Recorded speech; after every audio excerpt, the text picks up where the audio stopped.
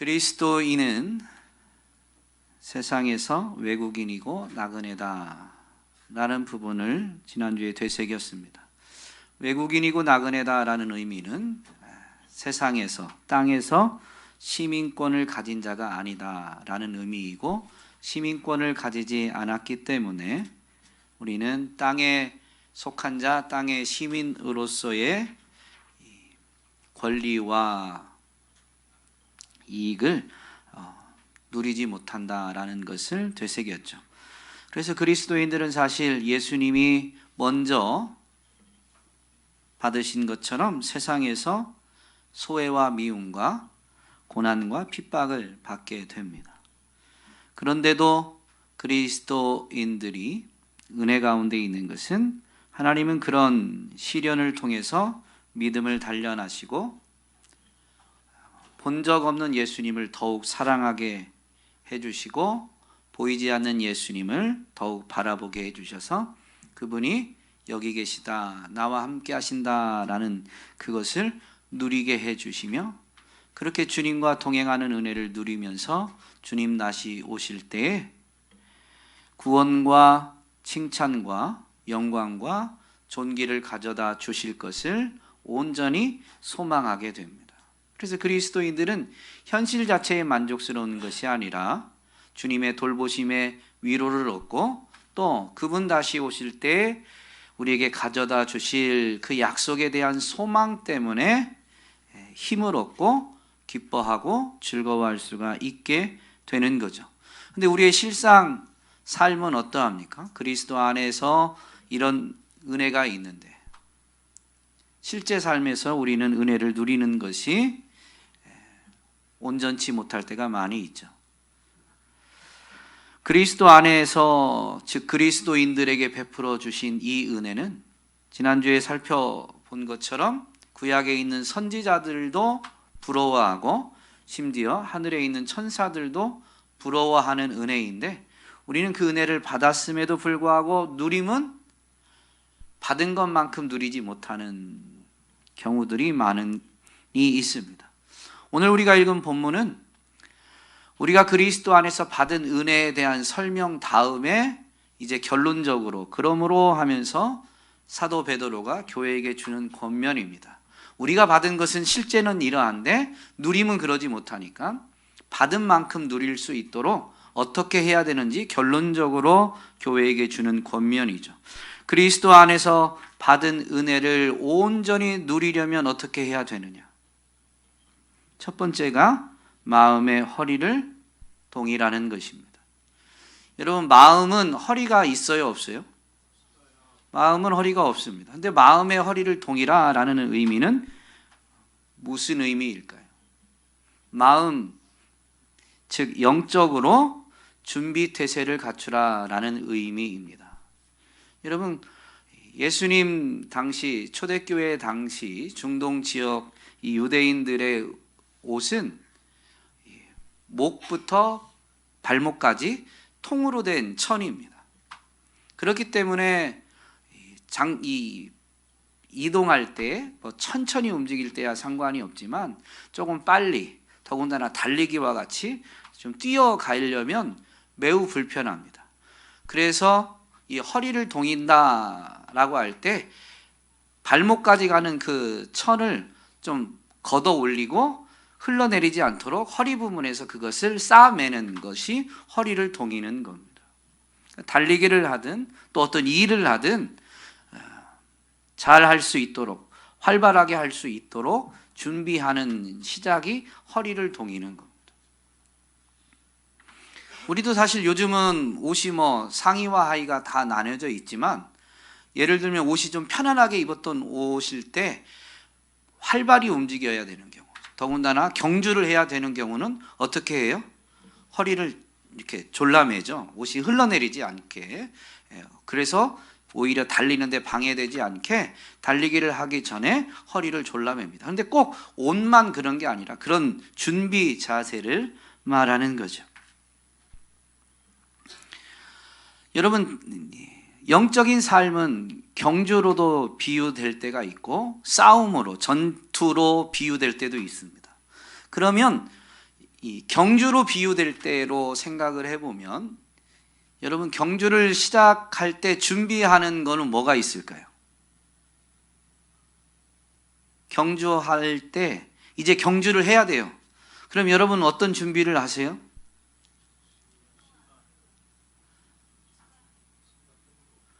네. 또요. 몸도 낮추고 또요. 몸만 낮추면 끝이 아닙니다. 중요한 게 있습니다. 내가 목표점이 어딘가를 봐야 돼요. 100m를 뛰는 사람과 마라톤을 뛰는 사람은 방법이 달라집니다. 이 경주의 이 다다를 목적지가 어디인지, 단거리인지, 장거리인지 그거에 따라 준비하는 신발도 달라질 수 있고, 그러니까 사실 제일 기초적인 준비는 내가 지금 이 경주가 단거리인지 장거리인지를 알고 단거리이면 목표점이 어딘지를 봐야 되는 거예요. 이게 마음의 허리를 동이는 준비입니다. 영적 싸움으로 하면 제일 기초적이고 중요한 준비가 뭘까요? 이걸 싸움으로, 전투로 비유하면 어떤 게 준비일까요? 내가 싸워야 될 사람이, 싸워야 될 대상이 누구인지를 알아야 돼요. 그래야 싸움의 방법도 내가 이제 맞춰서 할 수 있죠. 나보다 큰 사람과 어떤 이 스포츠 경기에서 말하는 싸움인지, 정말로 생사를 건 싸움인지, 내 힘으로 감당할 수 없는데 생사를 건 싸움을 해야 한다. 어떻게 해야 돼요? 도망가야 되죠. 도망가야 돼요. 싸움의 전략 중에 도망가는 것도 있잖아요.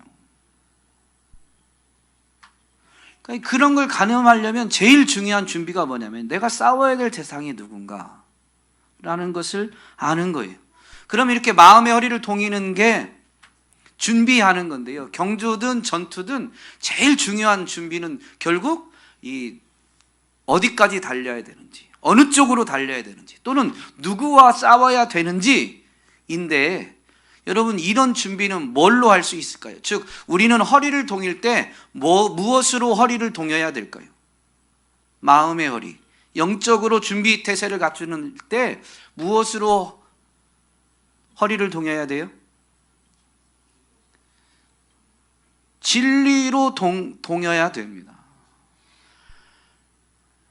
성도들의 삶을 영적 싸움으로, 전투로 비유하면서 바울이 교회에게 권면하죠. 마귀의 관계를 능히 대적하기 위하여 하나님의 전신갑주를 입으라. 우리의 씨름은 싸움은 혈과 육을 상대하는 것이 아니요 통치자들과 권세들과 이 어둠의 세상 주관자들과 하늘에 있는 악의 영들을 상대합니다. 그러면서 이제 성도들이 준비를 하게 하는데 그 첫 번째가 바로 진리로 너희의 허리띠를 띠라. 허리를 동이는 게 첫 번째 준비인데요. 전신갑주를 취할 때도 첫 번째인데 그 허리를 띠는 것, 허리를 동이는 것은 무엇으로 하냐? 영적인 준비 태세는 어떻게 갖추느냐? 진리를 가지고 갖추는 거예요. 진리가 있어야 내가 어느 방향으로 갈지를 올바르게 분별하죠. 진리를 따라야 내 싸움의 대상이 누구인지를 알아요. 그런데 진리를 가지고 영적 준비 태세를 안 하니까 우리의 싸움은 혈과 육을 상대하는 게 아니고 악한 영을 상대하는 건데, 마귀와 사탄과 그를 따르는 악한 영들을 상대하는 건데 진리로 허리를 동이지 않으니까 어떻게 합니까? 악한 영들을 대하여 싸우는 게 아니라 혈과 육을 붙들고 싸우는 거 아닙니까? 여러분, 진리로 허리를 동여야 그때부터 영적인 싸움을 바로 할 수가 있습니다. 영적 경주에 있어서 올바른 방향으로, 즉 의의 길로 나아갈 수가 있는 겁니다. 빨리 달리는 것보다 경주에 있어서 훨씬 더 중요한 게 올바른 방향이죠. 스포츠 경기에서 이 달리기 종목, 육상 종목에서, 특별히 경주 종목에서는 트랙을 벗어나면 아무리 빨리 달려도 어떻게 돼요? 실격입니다. 실격. 빠른 게 중요한 게 아니에요. 올바른 방향이 더 중요한 거죠. 그래서 그리스도 안에서 온전한 은혜를 누리고자 한다면요, 영적인 싸움을 잘 감당해야 되고 영적 경주를 잘 달려가야 되는데, 주님은 1등으로 들어온 사람을 상을 주는 게 아니에요. 주님께로 올바르게 나온 사람은 자기를 찾는 모든 자들에게 상을 주십니다. 그러므로 빨리 달리는 것보다 주님이 원하시는 방향으로, 주님 계신 곳으로 나아가는 게 훨씬 더 중요한 거죠. 여러분, 진리로 허리를 동이는 것은 어느 방향으로 걸어가야 할지, 달려가야 될지, 무슨 일을 해야 될지, 누구와 싸워야 할지를 분별하는 것입니다. 두 번째로 권면하는데 근신하라라고 합니다. 이 근신하라라는 말이 원어를 다른 곳에서는 정신을 차리라, 신중하라라는 표현으로 번역하기도 했습니다. 그러니까 원어는 근신하라라는 의미도 있지만 정신을 차리라, 신중하라라는 의미가 있습니다. 물론 거의 비슷한 범위 안에 들어가지만 어쨌든 정신을 차리고 신중하라, 근신하라라는 말들로 번역이 됩니다. 그러면 왜 정신을 차려야 될까요? 왜 근신해야 될까요? 오늘 설교 제목에 있잖아요. 호랑이에게 물려가도 살기 위해서. 우리가 호랑이에게 물려가진 않지만 믿음의 사람들을 누가 공격해요? 사탄이 공격합니다. 어떻게 공격해요? 우는 사자가 집어삼킬 자를 찾고 있으며 그렇게 공격합니다. 그냥 막 내버려 적당히 하는 게 아니에요. 베드로 사도가 뒷부분에서 5장 8절에서 교회에게 분명히 권면합니다. 이 근신하라라는 권면이 있는데요, 5장 8절에 가면 근신하라, 깨어라, 너희 대적 마귀가 우는 사자같이 두루다니며 삼킬 자를 찾고 있다. 그렇기 때문에 깨어있지 않으면 집어삼킬 자를 찾고 있는 마귀에게 삼켜지게 되는 거예요.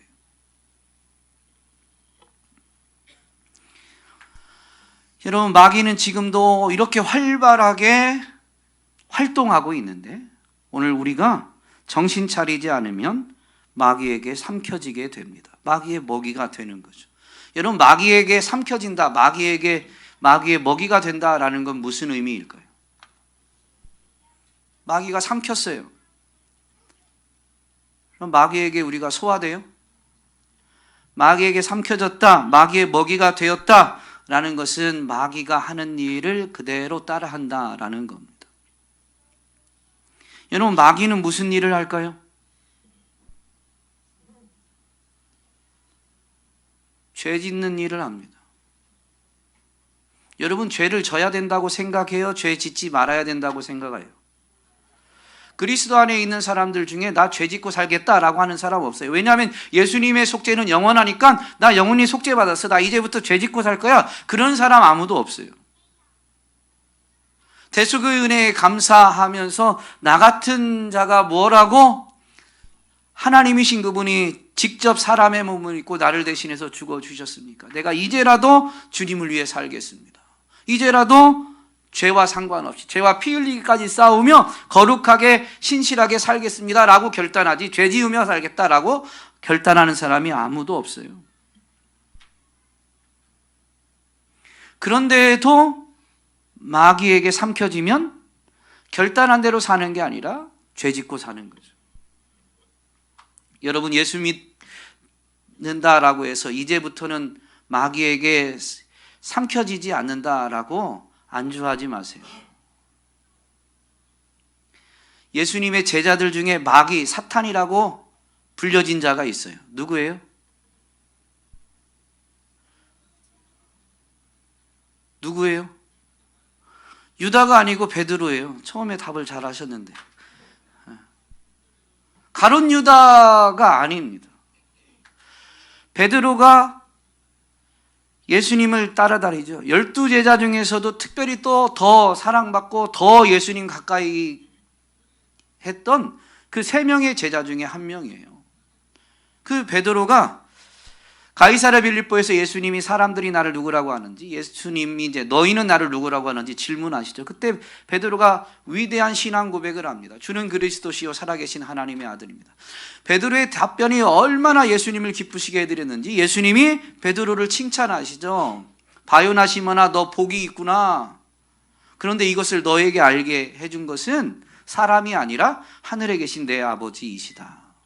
그러니까 하나님이 베드로에게 이 예수님의 정체를 깨닫게 해주신 거예요. 예수님이 누구신지 아는 것은 하나님이 베풀어 주신 은혜예요.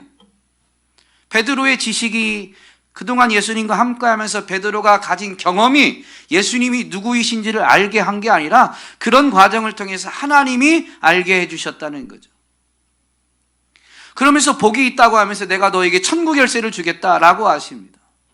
그 다음에 예수님은 제자들에게 이제 그리스도로서 하실 일을 가르치시죠. 예루살렘에 올라가서 종교 지도자들에게 매맞고 고난받고 십자가에서 죽으셨다가 3일 만에 부활하실 것을 가르치십니다.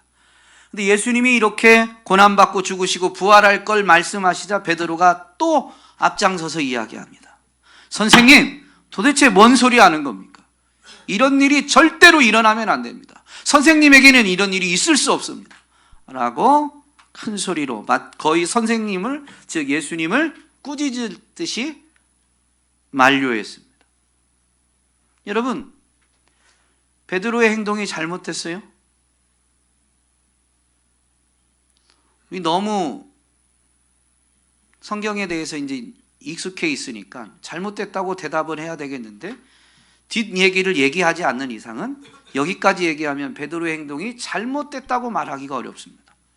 그동안 따랐던 선생님이 이제 죽는다는데 그런 일이 일어나면 안 됩니다. 선생님 죽는다니요. 도대체 무슨 말입니까? 그런 일이 있으면 안 됩니다.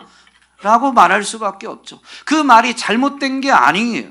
요즘은 그렇게 말합니다. 그런데 예수님이 그 베드로를 향해서 뭐라고 하냐면 사탄아 내 뒤로 물러가라. 너는 나를 넘어지게 하는 자로다. 내가 하나님의 일을 생각하지 아니하고 도리어 사람의 일을 생각하는도다. 그리고 나서 예수님은 예수님을 따르는 방법에 대해서 또 가르쳐 주십니다.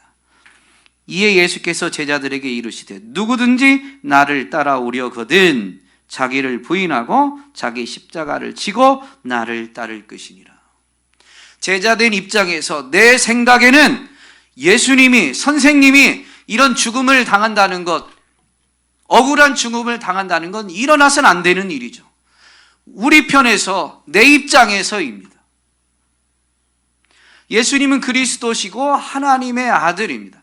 하나님의 아들, 독생자 그리스도로서 그분이 하셔야 될 일을 말씀하셨어요. 그러면 이 그리스도로서 하실 일은 하나님이 계획하시고 하나님이 뜻하신 일이에요. 이걸 몰랐다면 모르지만 예수님이 이걸 직접 가르치셨는데 그 일을 우리가 생각하지 않는다면 아무리 선생님을 위해도 여러분 사탄에게 삼켜진 거예요. 그리고 분명히 이게 성경은 죄다라고 우리에게 가르칩니다. 여러분, 사탄이 우리를 집어삼킬 때요, 이게 집어삼킨다라는 표현 때문에 그런데요, 사탄이 우리를 죄짓게 할 때에는 매우 교묘하게 합니다. 누가 첫 마디 딱 들으면 이거 사탄이네, 절대 하면 안 되지, 그런 반응 나오게 사탄이 우리를 미혹하거나 우리를 삼키는 게 아닙니다. 우리가 사탄이 입 벌리는 거기에 그냥 동의하면서 들어가도록. 여러분, 그리스도인을 사탄이 조종할 수 없어요.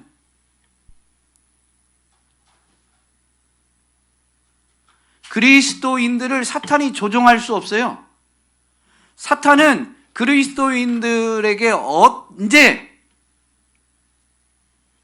표현이 좀 그런데, 사탄이 그리스도인들에게 언제 영향을 실제적으로 끼치고, 즉 사탄이 그리스도인들 안에서 언제 역사하느냐, 그리스도인들이 사탄의 교묘한 속임수를 분별하지 못하고 자신이 사탄을 맞아들일 때, 즉 사탄의 괴계에 그리스도인들이 자신의 의지를 가지고 동의할 때 사탄이 공식적으로 활동하게 되어 있는 거예요. 그 전에는 천루역정이라는 책을 읽어보시지만 사슬에 매인 그가 길 옆에서 삼키지도 못하면서 어흥만 하고 있는 거예요. 위협만 하고 있는 겁니다. 그런데 언제 우리가 삼켜지냐? 더 못 다가오는데 길을 벗어나서 그 아가리로 그냥 들어가는 거예요. 우리가 동의해 주는 거예요. 그런데 사탄은 동의할 수밖에 없을 정도로 교묘하게 우리를 속이는 겁니다. 사람의 감정과 욕심을 부추겨서. 욕심이란 단어가 우리는 말씀을 들을 때는 부정적인 어감을 갖게 되지만 다른 표현으로 바꿔볼게요. 열심, 열망, 열정이란 단어와 다른 단어가 아니에요.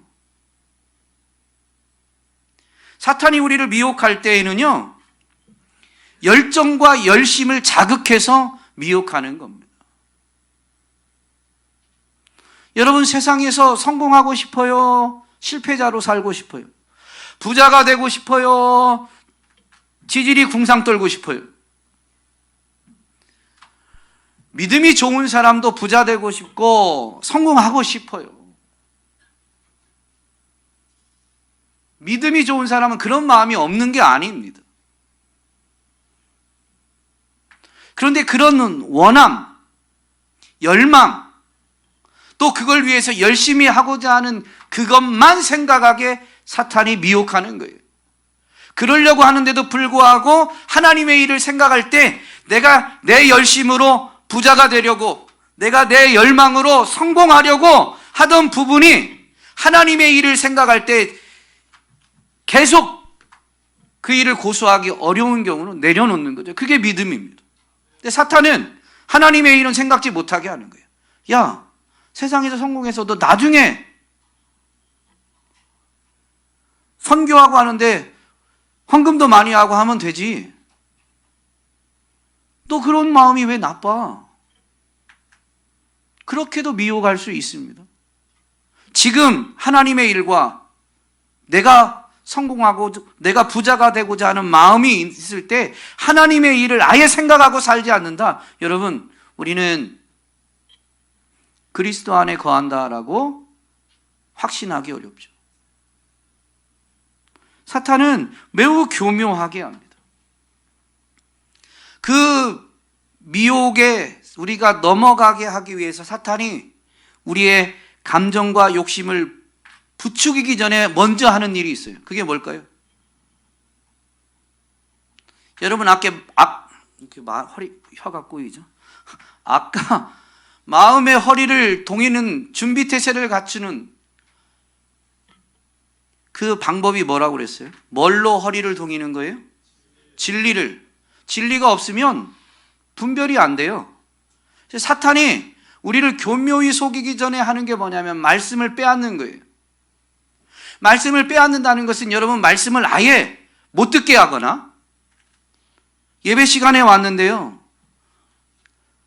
하나님 말씀을 들어야 될 시간에 목사 설교라고 생각하게 하는 것부터도 사탄의 계략일 수 있어요. 물론 제가 설교를 하긴 하지만 여러분, 목사 설교 잘 들을 필요 없어요. 이 중에서 하나님의 말씀 한 절이라도, 성경 구절을 말하는 게 아니에요. 성경 구절을 설명하는 그것 중에서 하나님의 말씀, 하나님의 뜻 하나만 붙들으면 됩니다. 그런데 이게 사람의 설교다라고 할 때부터 스스로 판단해요. 듣기 싫은데? 말도 안 되는데? 또는 예배 시간에만 오면 개인적으로 천국을 경험하는 분들이 있습니다. 그런데 그게 그 주간의 일터에서 너무 육체적으로 고단하고 하다 보니까 찾아오게 되는 불가항력적. 여러분, 이 눈꺼풀을 사람의 의지로 들어 올릴 수가 없어요. 육체가 피곤하면 내려올 수 있죠. 그래서 한두 번 조는 걸 말하는 게 아니에요. 예배 시간마다 잠이 그냥 쏟아진다. 그러면서 성경 말씀에 주께서 사랑하는 자에게 단잠을 주신다고 위안을 삼으면 여러분, 착각입니다. 예배 시간마다 졸고 있다는 것은 심각한 문제예요. 말씀을 뺏는 거예요. 이건 예수님이 하나님 나라를 가르칠 때 씨 뿌리는 비유로 첫 번째 밭, 길가와 같은 밭, 열매 없는 밭, 그걸 말씀하시고 설명해 주실 때 분명히 말씀해 주셨죠. 말씀이 길가에 뿌려졌다는 것은 이들을 가리킴이니 곧 말씀을 들었을 때, 말씀을 듣는 자리에 있기는 해요. 그런데 들었을 때 사탄이 즉시 와서 그들에게 뿌려진 말씀을 빼앗는 것이다. 말씀이 떨어지는데 떨어지자마자 뺏어가요. 내 귀에 들리는 듯 했는데 귀에 들리는 듯 하다가 사라져 버리는 거죠. 마음에 심겨야 되는데 졸음, 딴 생각, 그리고 어떤 순간적으로 특별히 내가 들어야 될 말씀인 그 순간에 까똑, 전화, 카톡을 보든 안 보든 일순간 우리 생각을, 마음을 흔들어 버립니다. 왜 하필 그 타이밍에? 하나님이 하셨을까요? 사탄이 했을까요? 깨달으셔야 돼요. 또한 말씀에 대한 왜곡, 자의적 해석도 말씀을 뺏는 방법이에요. 사탄이 아담과 하와를 미혹할 때 하와에게 먼저 다가왔죠. 하나님의 명령을 직접 들은 건 아니니까. 그러면서 말씀을 조금씩 왜곡합니다. 야, 하나님이 정말로 동산에 있는 모든 것을 먹지 말라고 했냐? 하나님은 이것만 빼고 다 먹으라고 했는데 하나님이 모든 것을 먹지 말라고 했느냐? 라고 질문을 하죠. 이런 방식으로 말씀을 뺏어가며, 그래서 말씀을 뺏기면요, 방향성을 잃어버려요. 정말로 분별할 수 있는 기준석을, 잣대를 잊어버리는 거예요. 그러면 그 다음부터는 어떻게 해요? 그렇죠, 내 마음대로. 이게 사사기에 있는 표현대로 하면 각기 자기 소견에 옳은 대로 하는 겁니다. 옳고 그름을 판단하지 않는 게 아니에요. 근데 문제는 기준을 빼앗겼기 때문에 자기가 기준이 돼버리는 거죠. 여러분, 거기서 이미 잘못된 길로 들어서게 되는 겁니다. 그래서 근신해야 돼요. 또 사도 베드로는 이 근신하라라고 했는데, 근신하다라는 말을, 우리말의 의미를 보면 말이나 행동을 삼가고 조심하다라는 의미입니다. 말이나 행동을 삼가는 것. 그러면 모든 말과 행동을 삼가는 게 아니에요. 섣부른 말과 행동을 삼가는 거죠. 이 섣부른 말과 행동을 삼가해야 되는 이유는 뭘까요? 근신해야 될 이유, 또 다른 이유. 정신을 차린다라는 의미에서는 마귀에게 넘어가지 않기 위해서이면, 삼가해야 되는, 섣부른 말과 행동을 삼가해야 되는 이유는 기도하기 위함입니다. 섣부른 말과 행동을 했다는 것은 자기 안에서는 이미 들려진 어떤 것에 대해서, 자기가 본 어떤 일에 대해서 자기가 어떻게 할 것을 결정한 거예요. 이미 어느 방향으로 어떻게 반응할지를 결정했기 때문에 기도하지 않아요. 결정했으니까 바쁘고 분주한 세상 가운데에서 이미 결정한 대로 빨리 실행해야 되죠. 사단이 그렇게 몰아갑니다. 여러분, 섣부른 말과 행동을 삼간다라는 것을 교통 신호로 보면 우리나라에는 없는데요, 유럽에도 있다고 듣긴 했는데 가보진 않아서 모르겠고, 미국은 짧지만 갔다 와본 경험을 보면 스탑 사인이라는 게 있어요. 스탑 사인은 교차로나 이런데 신호등이 없는 데에는 교차로 같은데 반드시 있습니다. 스탑 사인이 뭐냐면 일단 멈춤이에요. 쓰는 듯 우리나라는 이렇게 신호등도 스탑 사인이 있는데 빨간색이 전멸등으로 오는 게 이 스탑 사인입니다. 그러면 어떻게 해야 되냐면 일단 멈추라는 의미인데, 우리나라는 이렇게 밤에 정해진 시간이 넘어가면 신호등이 있는 그런 지역에서도 이 전멸등이 들어와요. 황색 전멸등은 주의해서 살펴서 지나가라라는 의미이고, 빨간색 전멸등은 원래 신호는 일단 멈췄다가 그 다음에 진행되는 차가 없으면 지나가라라는 의미입니다. 그 신호인데요. 우리나라는 빨간색 스탑 사인도 그냥 완전히 멈추지 않죠. 근데 미국은 멈추는 듯 하다가 그냥 가면 벌금입니다. 안 지킨 거예요. 일단 서야 돼요. 이 근신하라, 섣부른 말과 행동을 삼가라라는 것은 자기가 들은 것에 대해서, 본 것에 대해서 어떻게 행해야 될지, 어떻게 반응해야 될지, 심지어 그게 말이라 할지라도 그것을 일단 멈추라는 거예요. 내가 판단하면 안 된다는 거죠. 일단 멈춰야 뭘 할 수 있느냐? 기도할 수 있습니다. 주님 어느 방향으로 가야 될까요? 짧게라도 주님이 원하시는 건 뭡니까? 그래서 예전에 영성 훈련할 때 삶에서 이런 질문을 자주 던지는 사람이 영성 깊은 사람이다. WWJD 뭐예요? What would Jesus do? 예수님이라면 어떻게 하셨습니까? 그걸 묻기 위해서 일단 멈추는 거예요. 즉 근신해야 되는 거예요. 그럴 때 우리는 우는 사자와 같이, 아니 우리나라 속담으로 하면 호랑이가 우리를 먹으려고 심지어 물었을지라도 근신하면, 정신 차리면 하나님의 능력으로, 하나님의 돌보심으로 살아나게 됩니다. 여러분, 그런 은혜의 주인공이 되기를 주님의 이름으로 축복합니다.